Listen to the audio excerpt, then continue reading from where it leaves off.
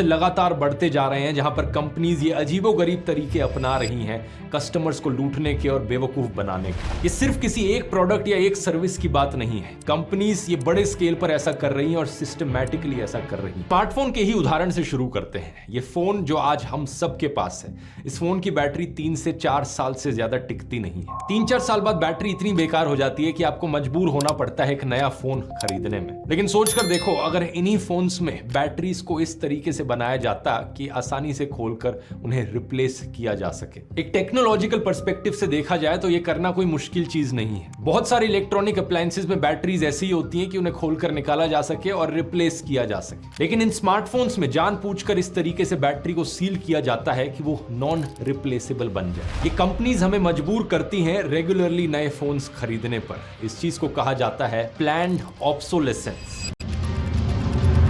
Companies जानबूझकर ऐसे products बनाती हैं जो कुछ समय तक ही चले और फिर खराब हो जाए, इवन दो उनके पास टेक्नोलॉजी है बेहतर प्रोडक्ट्स को बनाने की। जैसे कि काफी समय से कस्टमर्स ने आरोप लगाया है कि एप्पल अपने आईफोन्स को स्लो कर देता है ताकि लोग नया आईफोन खरीदें। 2018 में इटली की कॉम्पिटिशन अथॉरिटी ने एक इन्वेस्टिगेशन की जिसमें सामने आया कि कुछ सॉफ्टवेयर अपडेट्स के बाद स्मार्टफोन्स की परफॉर्मेंस खराब हो जाती है। इन्होंने इसके बाद एप्पल पर 1 करोड़ यूरोस का और सैमसंग पर 50 लाख यूरोस का फाइन भी लगाया। इस इन्वेस्टिगेशन के दौरान यह पाया गया कि जब इन कंपनीज के नए सॉफ्टवेयर अपडेट्स आते हैं तो वो नए सॉफ्टवेयर अपडेट्स पुराने फोन्स को जानबूझकर स्लो कर देते हैं। 2020 में फ्रांस ने भी एप्पल पर कंज्यूमर्स को बताए बिना पुराने फोन्स को स्लो करने के लिए 2.5 करोड़ यूरोस का फाइन लगाया। यानी कि एक तो एक कंपनीज आपके फोन को जबरदस्ती स्लो कर रही है और दूसरा बता भी नहीं रही कंज्यूमर्स को कि सॉफ्टवेयर अपडेट करने से फोन स्लो हो जाएगा। एप्पल ने खुद भी इस बात को स्वीकार किया कि पुराना होने पर कुछ आईफोन मॉडल्स को स्लो किया जाता है, लेकिन उन्होंने बहाना दिया कि यह सिर्फ इसलिए किया जाता है क्योंकि पुराना होने पर फोन की बैटरी परफॉर्मेंस खराब हो जाती है और उनके अनएक्सपेक्टेडली बंद होने के चांसेस बढ़ जाते हैं। अब सवाल यह कि अगर ऐसा होता है तो फोन में रिप्लेसेबल बैटरी क्यों नहीं बना देते, बैटरी रिप्लेस करने के ऑप्शन क्यों नहीं देते आसानी से। पिछले साल की इस खबर को देखिए, अमेरिका में एप्पल को बकायदा पैसे पे करने पड़े कस्टमर्स को वापस इन इश्यूज की वजह से। टोटल में $500 मिलियन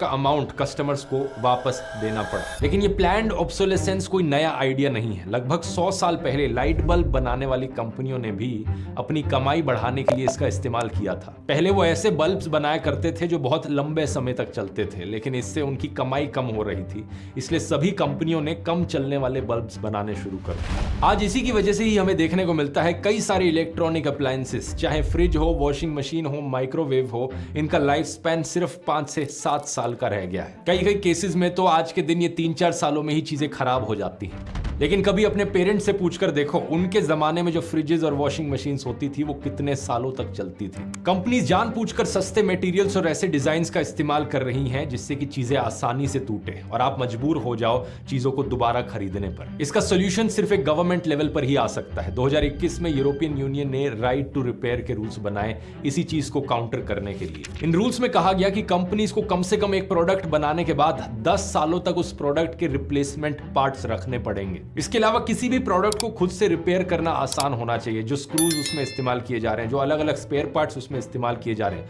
वो ऐसे हों जो कॉमनली अवेलेबल हों और यूनिवर्सल हों। इसी कानून की वजह से एप्पल ने भी आईफोन 15 से USB-C चार्जर का इस्तेमाल करना शुरू कर दिया।